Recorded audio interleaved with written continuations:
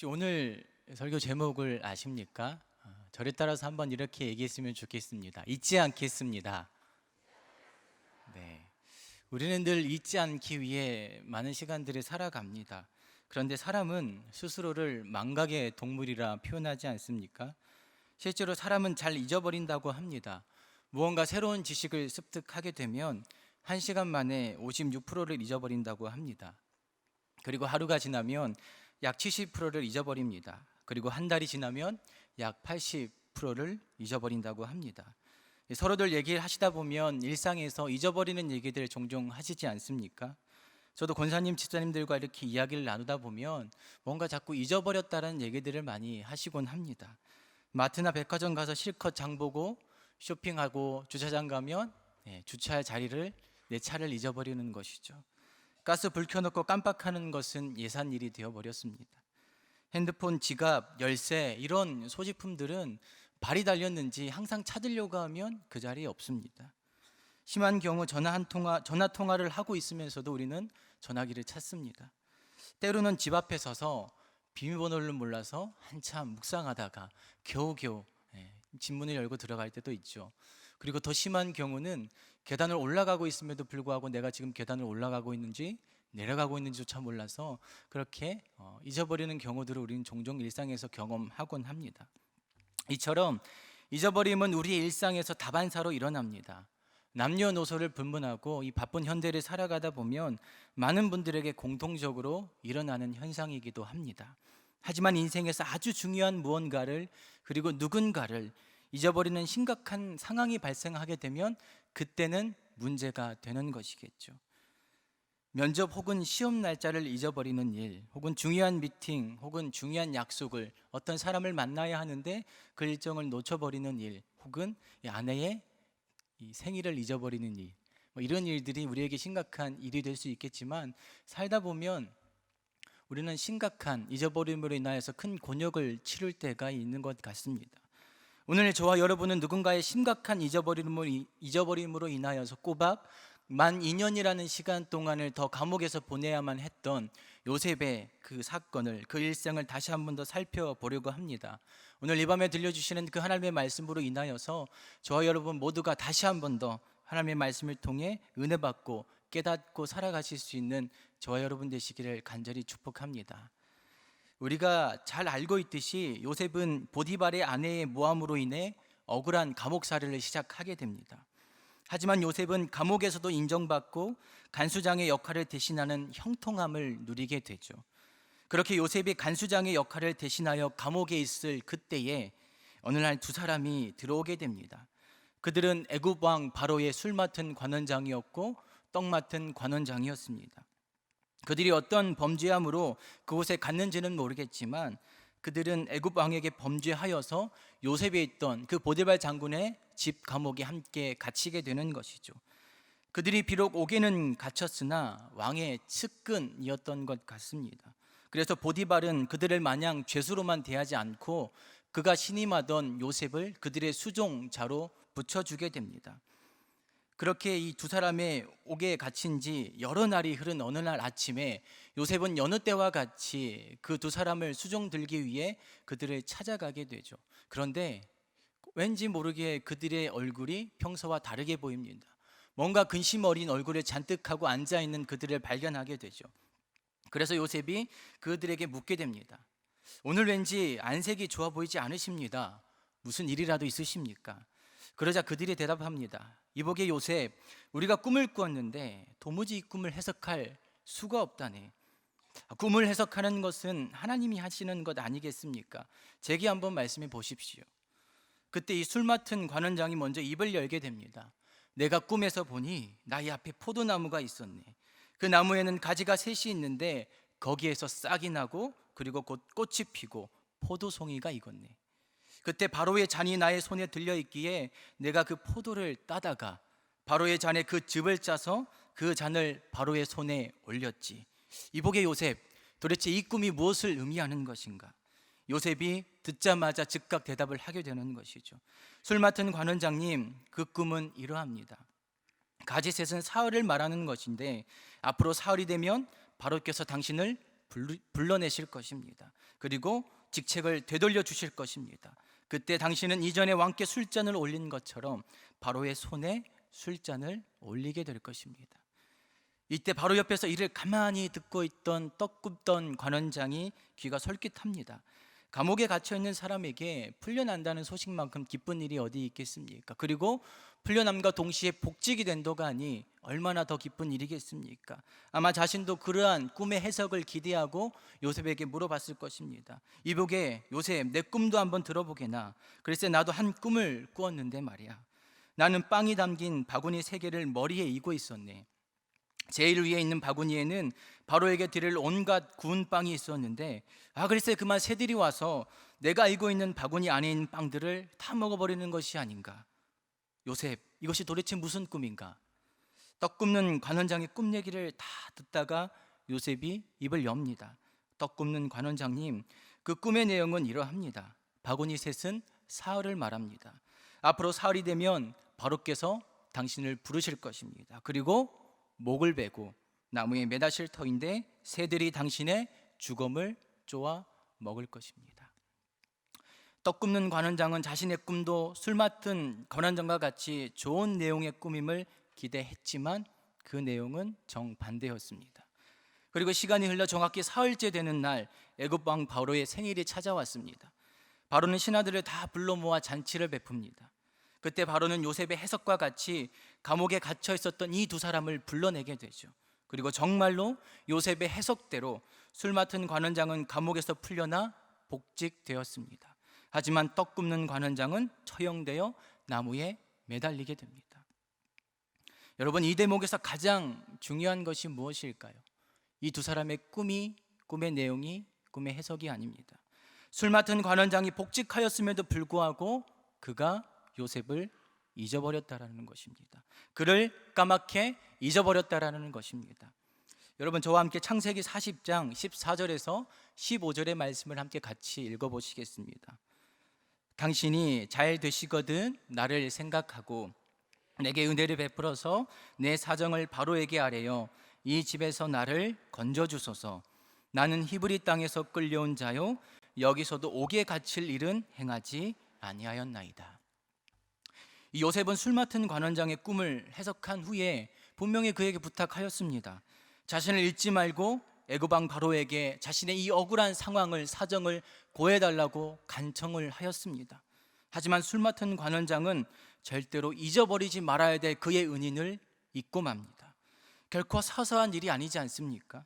감옥에서 자신의 수종 들었고 그리고 그의 모든 꿈을 해석한 생명의 은인입니다. 당대 최강의 국가 애굽 왕의 신하의 머리가 그 정도 일 하나 기억하지 못할 정도로 나쁘다고 생각할 수 없습니다. 그럼에도 불구하고 그는 잊어버리지 말아야 할 아주 중요한 사실 한 가지를 잊어버렸습니다. 기억조차 하지 못합니다. 이 제비도 은혜를 안다는데 아주 배은망덕한 사람이지 않습니까? 돈 빌리러 갈 때 다르고 갚을 때가 다르죠. 화장실 들어갈 때가 다르고 나올 때가 다르지 않습니까? 물에서 건져 주었을 때가 다르고 건져주고 난 후에 태도가 다른 것이죠. 여러분, 이것이 사람의 모습인 것 같습니다. 그런데 과연 술 맡은 관원장에게만 해당되는 일일까요? 지금으로부터 23년 전 1995년 성탄절은 주일이었습니다. 그 성탄절 아침에 초등학교 5에서 6학년 정도 돼 보이는 한 소년이 부랴부랴 집을 뛰쳐나와 뛰기 시작합니다. 주일 아침부터 뭐가 그리 급한 것일까요? 소년을 열심히 관찰해 보니까 어깨에 당시 유행하던 노란색 교회 가방이 매여 있습니다. 아마도 교회 예배 시간에 늦은 듯 합니다. 집에서 교회까지의 거리가 걸음으로 한 10분 정도 소요되는 비교적 짧은 거리였습니다. 하지만 소년은 조금이라도 빨리 교회에 가고자 마침 오고 있던 버스에 몸을 싣습니다. 버스로 단 2정거장, 3분 이후면 도착할 짧은 거리임에도 불구하고 이 소년은 버스 뒷문에서 발을 동동거리며 서성이고 있습니다. 이때 이미 아침에 TV 보느라 출발이 늦어서 엄마한테 혼이 났습니다. 예배 시간 늦었다는 소리 들리면 더 혼날까봐 그렇게 애태우면서 버스 뒤에서 기다리고 있습니다. 곧이어 교회 앞 버스 정류장에 도착합니다. 소년은 문에서 번개까지 뛰어내립니다. 그리고는 정류장 반대편에 교회가 위치한 골목으로 들어가고자 버스 뒤를 돌아 앞만 보고 무작정 뛰기 시작합니다. 그런데 앞만 보고 뛴 나머지 이 버스에 가려서 반대편에서 오는 차를 발견하지 못합니다. 쾅! 소년은 그대로 봉고 운전석 유리에 머리를 박고 약 30m를 날아 공중을 날아서 바닥에 떨어집니다. 봉고 운전석 앞 유리창은 산산이 부서졌습니다. 저 멀리 소년은 의식을 잃은 채 쓰러져 있습니다. 여러분, 이 소년이 어떻게 되었을까요? 여러분 앞에 지금 이렇게 죽지 않고 살아 있습니다. 네. 당시 이 봉고 운전자가 너무 놀라서 바닥에 쓰러진 저에게 뛰어왔습니다. 다행히 잠깐 의식을 잃고 저는 눈을 떴고 그 운전자 아저씨에 의해서 병원으로 실려갔습니다. 그때 제가 그 운전자 아저씨 붙들고 눈물 콧물 흘리면서 말했습니다. 아저씨, 저 교회 가야 돼요. 예배 늦으면 안 돼요. 애걸복걸했습니다. 그래서 실제로 하도 아저씨가 제가 애걸복걸하니까 차를 돌려서 다시 교회로 갔습니다. 근데 마침 그때 바닥에 떨어진 교회 가방 여러 가지 소지품들을 보고 교회에 알렸고 그 소식을 들은 전도사님이 마침 나와 있어서 다시 그 전도사님을 태우고 다시 병원으로 향했습니다. 엑스레이부터 CT 등 할 수 있었던 검사 다 진행했습니다. 저는 당연히 입원하여서 뭔가 치료를 받을 줄 알았습니다. 여러분, 그게 당연하지 않겠습니까? 그러나 결과는 이상무였습니다. 그리고 입원할 필요도 없고 집에 가라는 통보를 받았습니다. 당황스러웠습니다. 제가 아무리 어린 시절이라 할지라도 그 정도 사고면 최소 몇 달은 누워 있어야 정상인데 집에 가라는 얘기를 들었습니다. 머리 통증이 여전히 심했고 자고 나면 후유증이 발생할 수 있기 때문에 내일 이후에 뭔가 이상 증세가 발생하게 되면 그때 다시 오라고 얘기하였습니다. 기적이었습니다. 달려오는 차에 정통으로 머리 부딪혀 30m 공중 날아 땅에 떨어졌음에도 불구하고 아무 이상 없이 당일에 태어난 것은 두 가지로밖에 설명할 수 없습니다. 하나는 기적이고 하나는 제 머리가 돌머리라는 것밖에 설명할 수가 없습니다. 저는 실제로 그 이후에 두 가지를 다 얻었습니다. 당시 섬겼던 이 교회 담임 목사님 설교 중에서 기적이라는 얘기를 하시게 되면 꼭 제 얘기를 하셨고, 그리고 이후 몇 년간 제 별명이 무엇이었겠습니까? 돌머리였습니다. 참고로 제 이름 중간에 석자가 무슨 석자인 줄 아십니까? 돌석자입니다. 저는 지금도 당시의 상황을 거의 다 기억합니다. 결코 잊어버릴 수 없는 제 인생의 한 부분입니다. 그리고 무엇보다 하나님께서 저를 지켜주셨음을 절대로 부인할 수가 없습니다. 당시 그 응급실에는 제가 병원에 들어선 후 얼마 지나지 않아서 50대, 60대 정도로 보이는 여성 한 분이 실려 들어오셨습니다. 갑자기 의사들이 달려와 수많은 조치들을 취했습니다. 그날 저는 이 의학 TV 드라마에서나 볼 수 있었던 장면을 실제로 제 눈앞에서 생생히 목격하였습니다. 수많은 조치를 취하였음에도 불구하고 얼마 후에 담당 의사가 그 여성의 가족분들을 모아놓고 한마디를 하셨습니다. 사망하셨습니다. 하나님께서 왜 그분은 데려가시고 저는 그날 멀쩡하게 집으로 돌아가게 하셨는지 잘 알 수 없습니다. 하지만 제 인생에서 1995년의 성탄절은 결코 잊을 수 없는 시간이자 기적의 자리가 되었습니다. 아마 여러분들 또한 저와 같은 하나님의 기적을 많이 경험하셨을 것입니다. 누군가에게 하나님의 은혜요 기적이라 간증할 수 있는 과거의 시간들이 분명히 있으실 것입니다. 그러나 오늘 저는 저와 그리고 여러분들에게 진심으로 한 가지를 묻고 싶습니다. 과거의 그 기적의 경험을 고스란히 기억하고 계십니까? 혹시나 잊고 살아가시지는 않으십니까? 술 맡은 관원장이 요셉의 은혜를 잊고 살아갔듯이 나를 구원하시고 나를 살리시고 기적을 베풀어 주셨던 그 하나님의 은혜를 잊고 살아가지는 않느냐는 말씀입니다. 단순히 과거의 사진 한 장 들여다보면서 옛날에 이랬지 추억을 소환하는 기억이 아니라요, 이전에 경험했던 말할 수 없는 그 기적과도 같은 분명히 하나님의 은혜라고 밝게 말할 수 없었던 그 기적의 은혜가 오늘도 우리의 삶 속에서 강물처럼 넘쳐 흐르는 마중물이 되고 있느냐는 말입니다. 일상에서도 기억은 매우 중요한 일입니다. 무언가를 자꾸 잊어버리고 기억하지 못함이 반복된다. 이것은 매우 위험한 일입니다. 그 횟수가 증가할수록 내 건강에 내 몸에 이상이 생겼다는 신호입니다. 신앙도 마찬가지입니다.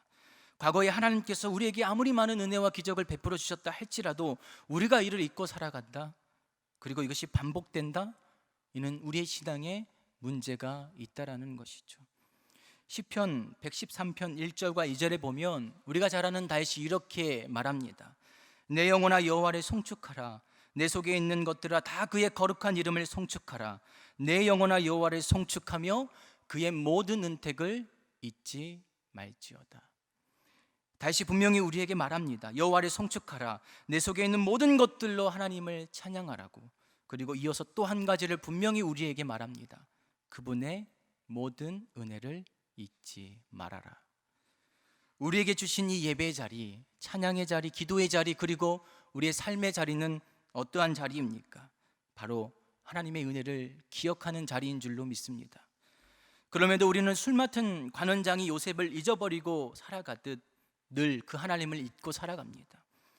저 또한 생생한 기적의 은혜를 수없이 체험했음에도 불구하고 그분이 내게 어떠한 은혜를 베푸셨고 어떠한 기적을 베푸셨는지를 잊고 살아갈 때가 참으로 많습니다.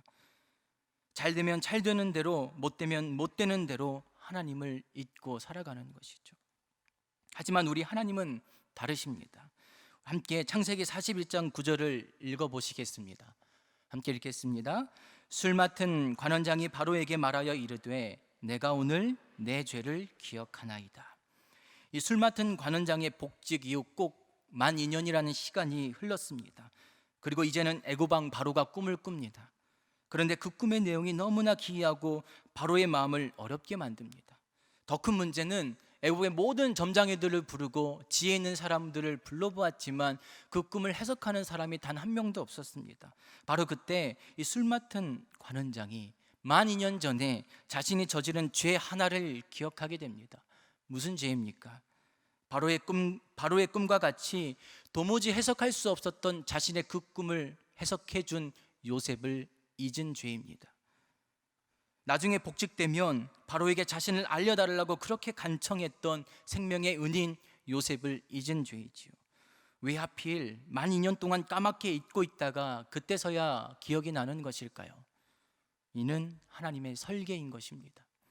감옥에 있는 요셉에게 2명의 신하를 보내신 것도, 그 신하들에게 꿈을 꾸게 하신 것도, 바로 지금 동일하게 도저히 풀어낼 수 없는 그 꿈을 바로에게 꾸게 만드신 것도, 그리고 그 꿈을 해석할 수 있는 유일한 사람 요셉을 술 맡은 관원장으로 하여금 생각나게, 기억나게 만드신 분도 하나님이신 줄을 믿습니다.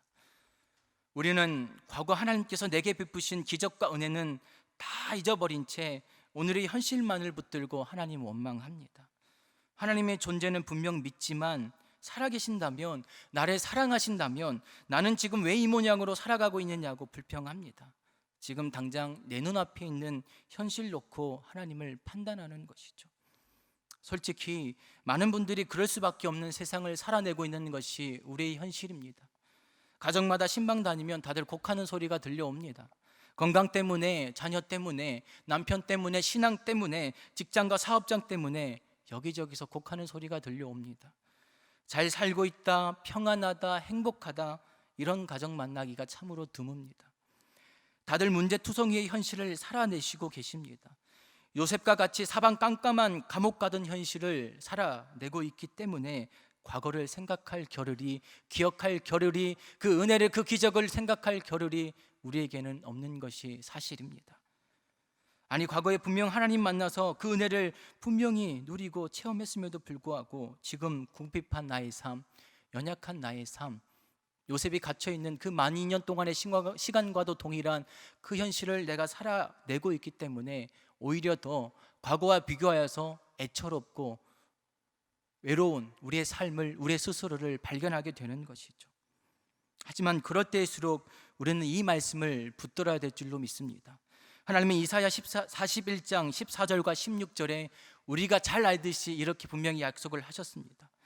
오직 시온이 이르기를 여호와께서 나를 버리시며 주께서 나를 잊으셨다 하였거니와 여인이 어찌 그 젖먹는 자식을 잊겠으며 자기 태에서 난 아들을 긍휼히 여기지 않겠느냐. 그들은 혹시 잊을지라도 나는 너를 잊지 아니할 것이라.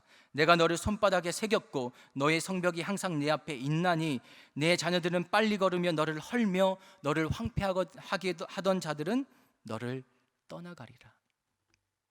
세상이 끊임없이 우리에게 속삭이지 않습니까? 하나님이 너를 버리셨다고, 너를 잊으셨다라고 우리를 조롱합니다. 하나님 살아계시면 어떻게 그럴 수 있느냐는 그럴듯한 말로 우리의 삶에서 하나님의 자리를 밀어내려고 합니다. 그러나 하나님은 우리에게 분명히 약속하셨습니다. 설령 어미가 자식을 버려도 나는 너를 잊지 않을 것이다. 너를 내 손바닥에 이미 새겼다. 너를 재건할 사람들은 곧 돌아올 것이며 너를 파기하는, 너를 고통하고 너를 핍박하게 하는 자들은 곧 물러갈 것이다. 하나님은 분명히 우리에게 너를 기억하시고 잊지 않겠다고 말씀하십니다. 저는 어릴 때부터 들어왔던 이 수많은 성경의 인물들 중에 유독 듣기 싫었던 한 명이 있었습니다. 바로 그 인물이 오늘의 요셉입니다. 여러분, 요셉 하면 어떤 단어가 떠오르십니까?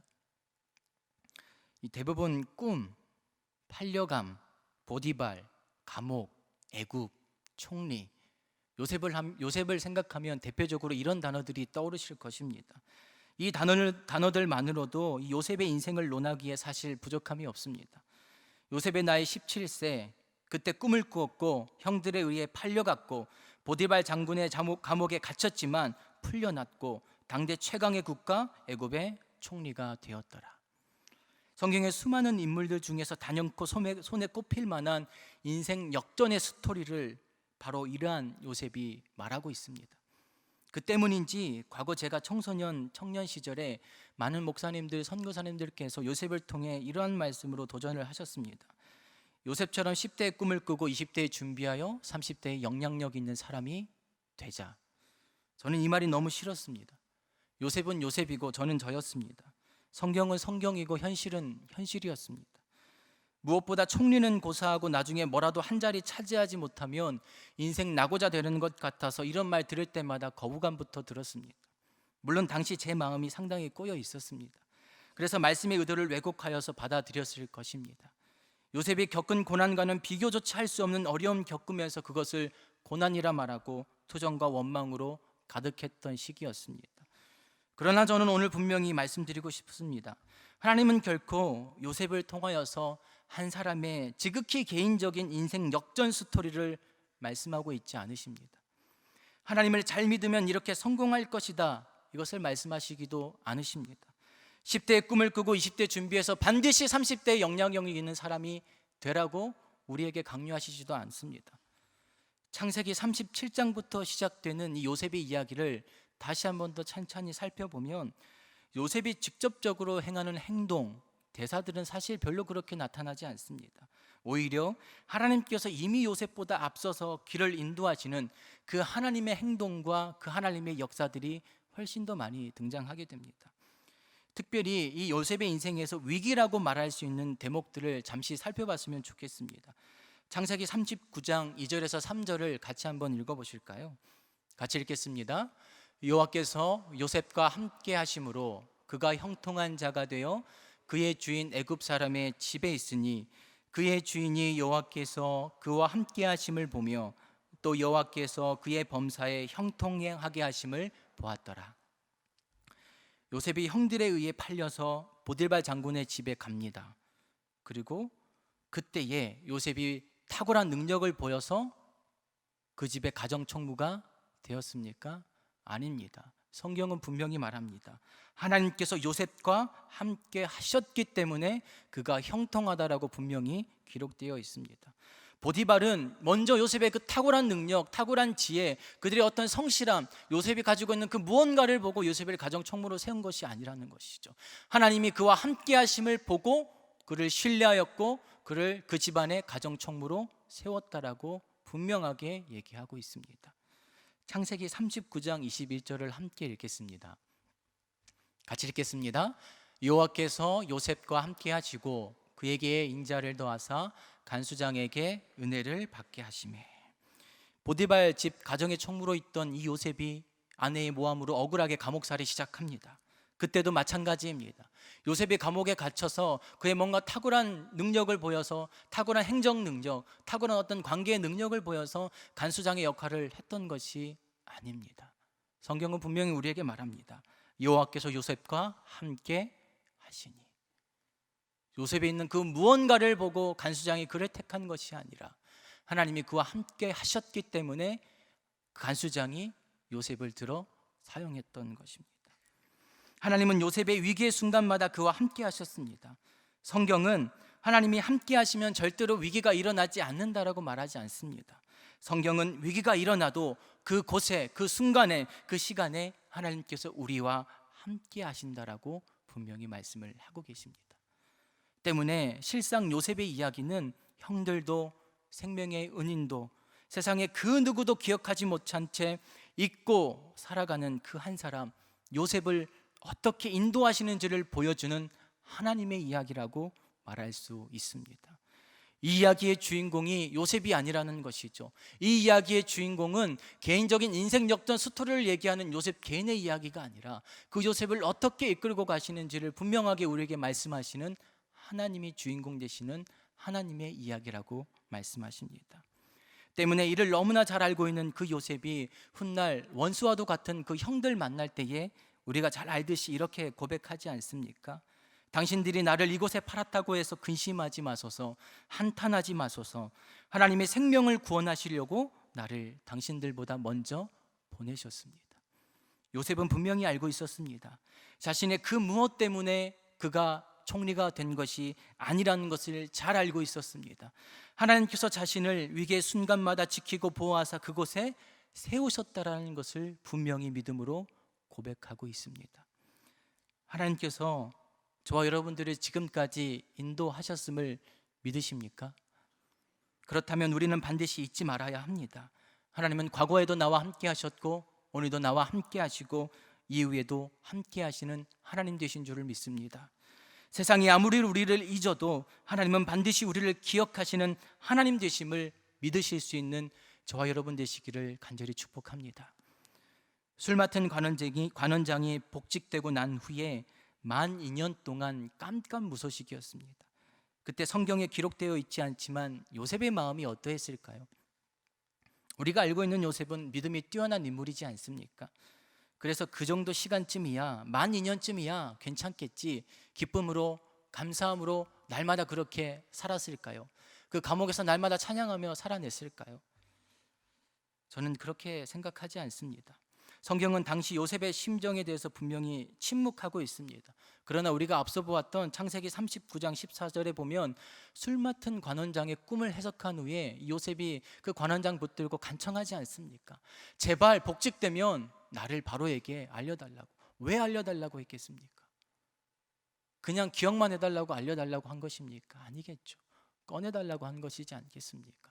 그 억울한 마음은 여전히 남아있고 물론 믿음으로 그 시간을 버텨내고 있지만 사방으로부터 아무런 도움을 받을 수 없는 그 깜깜한 감옥에서 억울함으로 답답함으로 살아가고 있는 요셉의 그 심정을 우리는 이 대목을 통해 조금이나마 확인할 수가 있는 것입니다. 아무리 믿음의 사람도 고난 좋아하고 즐길 만한 사람은 없습니다. 고난은 누구에게나 동일하고 아픈 시간입니다. 요셉 또한 많이 힘들었을 것입니다. 차라리 술 맡은 관원장 안 만났으면, 그래서 꿈 해석해주지 않았으면 기대조차 하지 않았을 것입니다. 하지만 요셉 정도였으면 술 맡은 관원장을 만났을 때에, 그리고 그가 그의 수정을 들었을 때에, 그리고 아무도 해석할 수 없는 그 꿈을 해석해달라고 요청을 받았을 때에 요셉은 직감했을 것입니다. 아, 하나님께서 나에게 보낸 사람이구나. 그런데 하루 이틀 아무리 기다려도 소식이 없습니다. 하나님께서 분명 보내신 것 같은데 하나님께서 수정들게 만드시고 하나님께서 꿈을 해석할 수 있도록 도와주셨는데 이제 요셉 석방이라는 그 소식을 기다리고 있을 터인데 아무런 소식이, 아무런 하나님의 기적도 일어나지 않습니다. 저는 딱 만 2년 동안 군복무를 했습니다. 제가 2년 동안 군복무 할 때에 단 한 번도 면회를 한 적이 없습니다. 주말이 되면 전투복 주름 잡고 전투화에 광내서 외박 나가는, 면회 나가는 고참 후임들 보면 너무 부러웠습니다. 그런데 뒤돌아보면 그것이 제게는 은혜였습니다. 당시 하나님은 제게 하나님 아닌 다른 누군가를 기다리는 설레임, 소망, 기대감을 전혀 품지 못하게 만드셨습니다. 남들 면회하는 그 시간에 저를 교회 예배당으로 부르셨습니다. 그리고 그곳에서 저를 만나 주셨습니다. 만약 그 2년 동안에 그 시간들이 제게 없었더라면 제가 과연 지금 이 자리에 서 있을 수 있을까 자신할 수 없습니다. 우리는 하나님 아닌 다른 누군가 무언가를 기대할 때가 있습니다. 그리고 그것으로 하여금 위로받고 소망을 품고 설레일 때가 있습니다. 뭔가 기적이 일어나겠지. 저 사람이면, 그 무언가면, 그 일이면 무언가 나에게 기적이 일어나겠지. 그렇게 기적을 경험하고 싶을 때가 있습니다. 그런데 그 누구도 그 무엇도 하나님을 대신할 수 없음을 우리는 다시 한 번 더 깨달아야만 합니다. 술 맡은 관원장이 석방이 되고 복직되고 난 후에 며칠간 요셉은 좋은 소식 기다렸을 것입니다. 아마 기대감으로 며칠 동안 잠 못 이뤘을 수도 있습니다. 그러나 우리가 알고 있는 요셉이라면 이내 깨달았을 것입니다.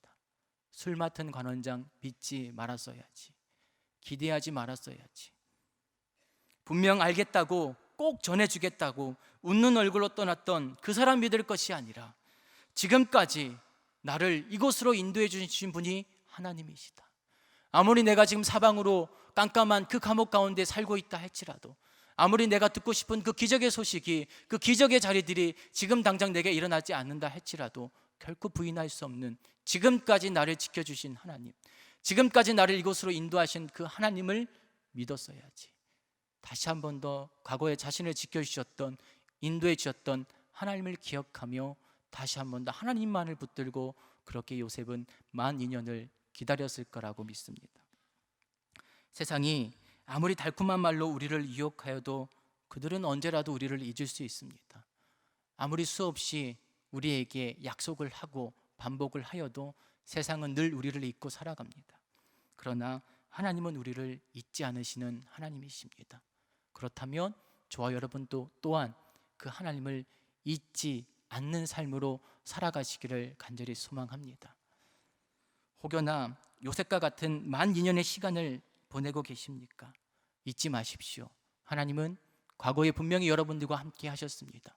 그리고 분명히 오늘도 여러분들과 함께 하십니다. 그리고 이후에도 분명히 저와 여러분들과 함께 동행하시는, 요셉을 지키신 그 하나님께서 오늘도 우리와 함께 하시는, 나를 지키시고 내 자녀를 지키시고 내 남편과 우리 가정과 이 교회와 이 열방을 지키시는 하나님 되심을 잊지 마시고 기억하시며 살아가실 수 있는 저와 여러분 되시기를 간절히 축복합니다. 기도하시겠습니다. 하나님, 잠시나마 요셉의 삶을 통하여서 하나님이 그를 어떻게 인도하셨는지를 보았습니다. 하나님, 우리도 잊지 않고 살아가게 하여 주시옵소서. 아무리 사방으로 움켜쌈을 당하고 아무런 기적도 아무런 소식도 들려오는 자리 가운데 서 있다 할지라도 우리를 달콤한 말로 유혹하는 세상 믿지 않게 하여 주시옵시고, 지금까지 나를 지키시고 인도하시는 하나님만 굳건하게 붙들고 살아갈 수 있는 저희가 되게 하여 주시옵소서. 감사하며 그렇게 우리를 영원토록 인도하시는 살아계신 우리 주 예수 그리스도의 이름으로 간절히 기도드립니다.